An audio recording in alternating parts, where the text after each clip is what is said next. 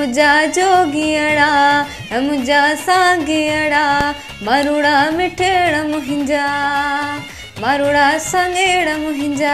अस्सलाम वालेकुम, it's me उर्फ फातिमा। और सिंधी कल्चर डे जैसे कि आप सब लोग जानते हैं कि दिसंबर में आ रहा है।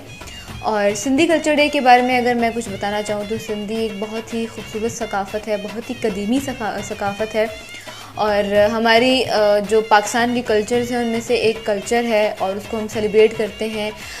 हमारा जो गाना है अले, वो भी हमने सिंधी कल्चर डे पे लॉन्च किया था। लोगों ने उसको बहुत प्यार दिया था, बहुत पसंद किया था।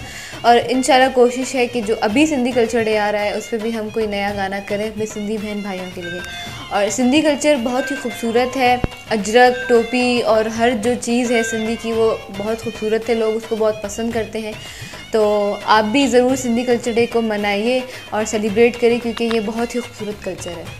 KTN न्यूज़ जो कि बहुत ही अच्छे तरीके से हमारी सिंधी कल्चर को रिप्रेजेंट कर रहा है, लोगों के सामने दिखा रहा है, जो हमारा सिंधी कल्चर है उसको लोगों को दिखा रहा है। बहुत ही अच्छे इंटरव्यूज़ करते हैं और बहुत ही अच्छे तरीके से हमारे कल्चर को प्रमोट कर रहे हैं।